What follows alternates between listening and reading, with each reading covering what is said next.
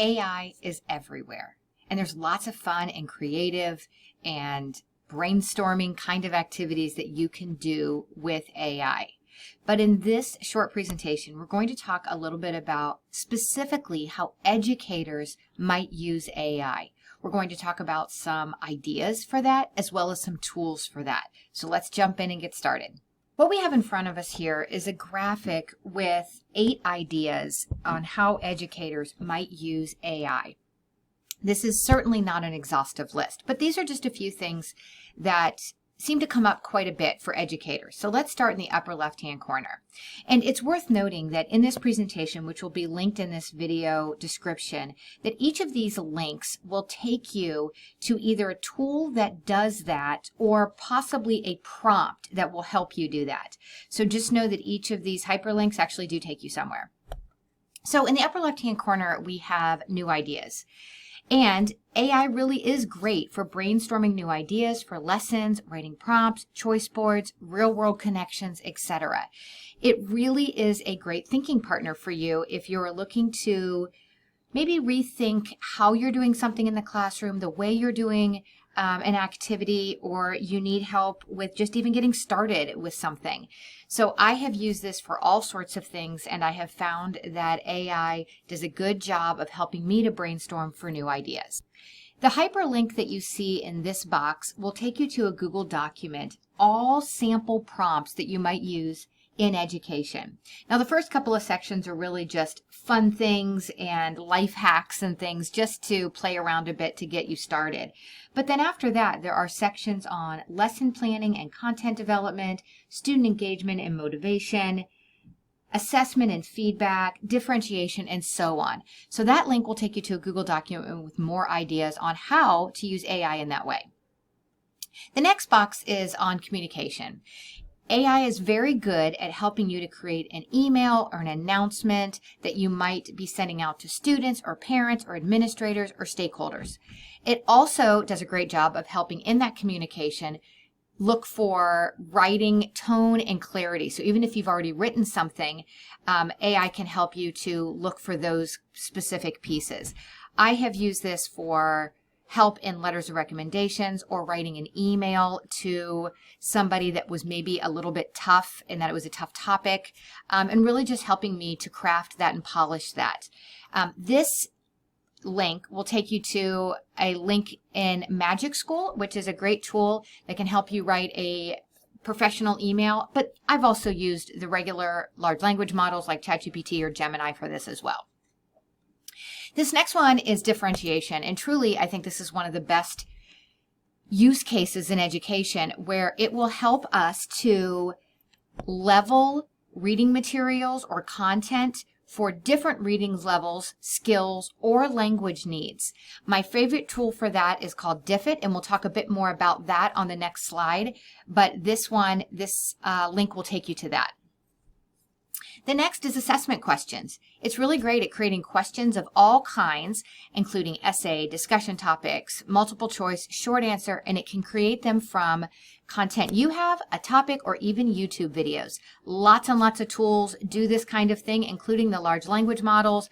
Magic School can do that, and there's also a really good assessment tool called Question Well, which is linked inside of here as well, and it can help you make quiz questions as well for your students. So if you're looking for a second version of a test or really even creating quiz questions out of content that you have, AI is great for that. Lesson planning, this may be the most popular thing that educators use this for. It's really good at creating lesson plans, DOK questions, guided notes for you based on standards, learning objectives, topics, grade level, anything that you have. Even an article that you want them to read. All of these will link to different tools that will do those kinds of things, and I'll talk more about a couple of those tools, including one of my favorites called Brisk in the next slide. But large language models are also good at these tasks as well, so it doesn't even have to be a specific AI tool. Any of those large language models are good. I love the idea of being creative in the classroom, and large language models can really help you with a good prompt create things like choose your own adventure games or 20 questions, or it can help you create co-writing activities. This link here will take you to a blog post by a gentleman named Eric Kurtz, who offers a lot of great tips and resources for using AI and really technology in the classroom. And he will give you a couple of prompts where you can do this very thing. So not only is AI great for brainstorming new ideas, it can also help you to help those ideas come to fruition. I love the idea of creating games through AI to help students to learn more and have fun while they're doing it. The next piece over here is student feedback. It can help you if you choose to use it in this way, and certainly you don't have to. It does a good job of generating personalized, constructive feedback on assignments, projects, assessments, and so on. And there are several tools that can do that for you, and each of these will take you to another tool that helps you with student feedback. Not every educator is comfortable using AI for student feedback, but it is an option. And certainly, even if you aren't using it exclusively, to get a second set of eyes on a paper might be a good idea for you when you are grading and giving student feedback. I talked to one 5th grade teacher who said that it is so helpful in giving student feedback, and it is more detailed than she felt like she was doing on her own. So keep an open mind about how you might use AI to help give targeted, detailed student feedback with human eyes on it as well, of course. And the last idea over here is on rubrics. It's very good at creating rubrics to help students to see what's expected of them out of assignments. It's also good at producing exemplars, so students understand expectations. I love this idea right here in the middle of custom rubrics. This idea, when you click on this, actually shows you an example of a teacher who put a writing rubric inside of ChatGPT and asked it to make a custom rubric using current slang and informal language of students, and it's very funny. So even if you have no problem writing your rubrics, mixing it up a little bit and making it that custom rubric in a language that might make students laugh a little bit, or in the voice of a specific character or something, might be a fun twist on rubrics. Here are just a few ideas, again, not an exhaustive list. But to help us with these things, let's talk just for a minute about tools that might help educators to connect to AI in a meaningful way. So here are a list of 8 tools that may be helpful for you in getting started using AI. Now, this is, of course, also not an exhaustive list. In fact, if you click on this middle link here, it'll take you to a very big Google document with these tools as well as many, many others that you might want to consider when you are getting started with AI. Another link that might be helpful is this link right here, which actually is a big Google spreadsheet where each AI tool is checked for privacy and safety, and they're scored. So you can see how well each tool stacks up against some safety checks. Really, really helpful tool, especially if you're looking to use these with student information or with students. So let me just run through a few of these tools and just tell you a bit more about them. Each of these are linked to the tool themselves, so you can get to them easily by clicking on that top underlined link. Magic School in the upper left-hand corner may be the most well-known and widely used in K-12. It's the one I always hear. If a school has tiptoed into AI at all, it's usually Magic School. Magic School is a really great tool for getting started because, as you can see, it has over 60 tools that allow educators to do all sorts of things like lesson planning, assessments, rubrics, DOK, IEP plans, social stories, and so on. So it's a good place to get started if you've never used AI before and you want an easy approach to it. School AI I really love. It allows educators to create customized chat bots on any subject. So think for maybe K through 12, maybe it is a chatbot on them talking to a character from a book. Let's say they're talking to Wilbur from Charlotte's Web, and they can kind of interview Wilbur and ask some questions about the book. It could be a tutor that a student will connect to, and they can ask it questions about, say, their math homework, and guide them through it. For beyond K-12, it could be a guide or a quizzing for students for a class that they're taking in college. It could provide writing help. It could even provide tips for time management or good habits or social emotional health, those kinds of things.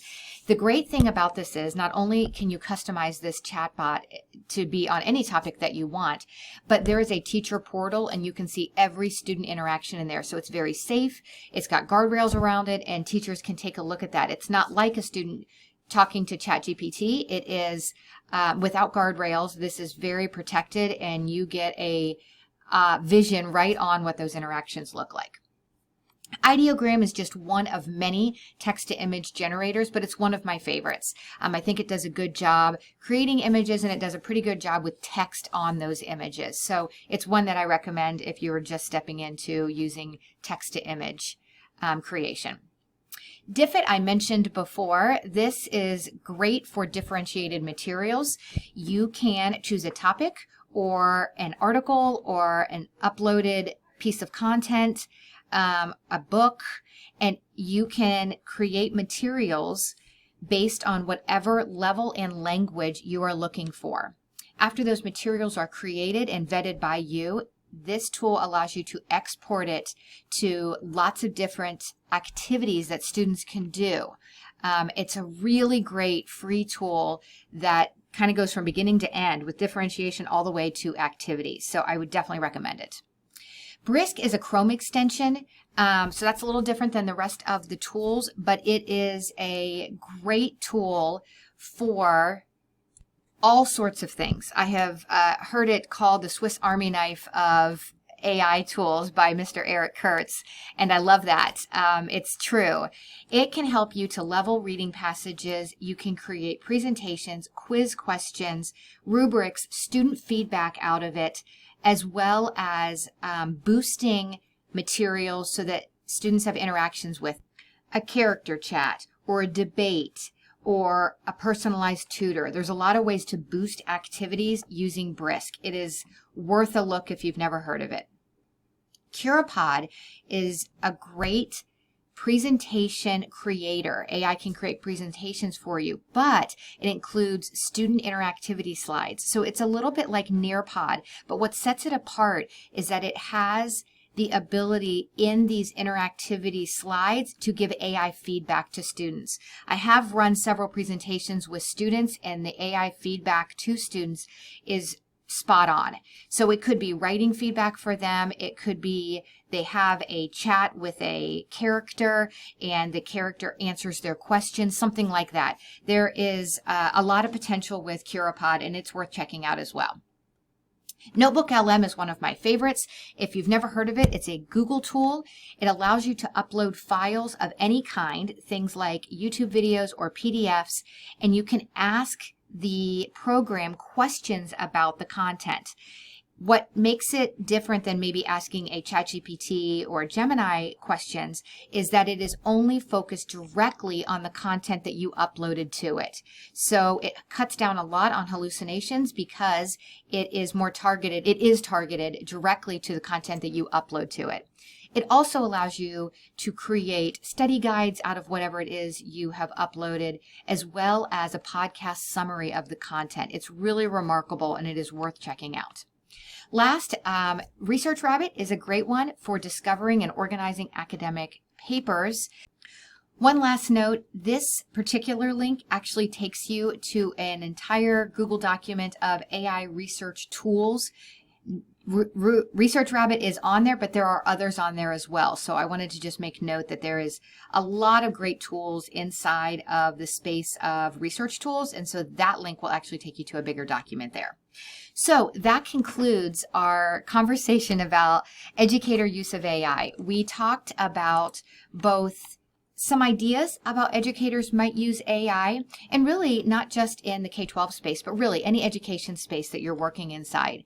And just a few tools that I have found to be most helpful in getting started in using AI tools, both as an educator and potentially with students. So keep these in mind, as well as the links that are provided here as you move forward and think through how AI can be a part of your learning environment.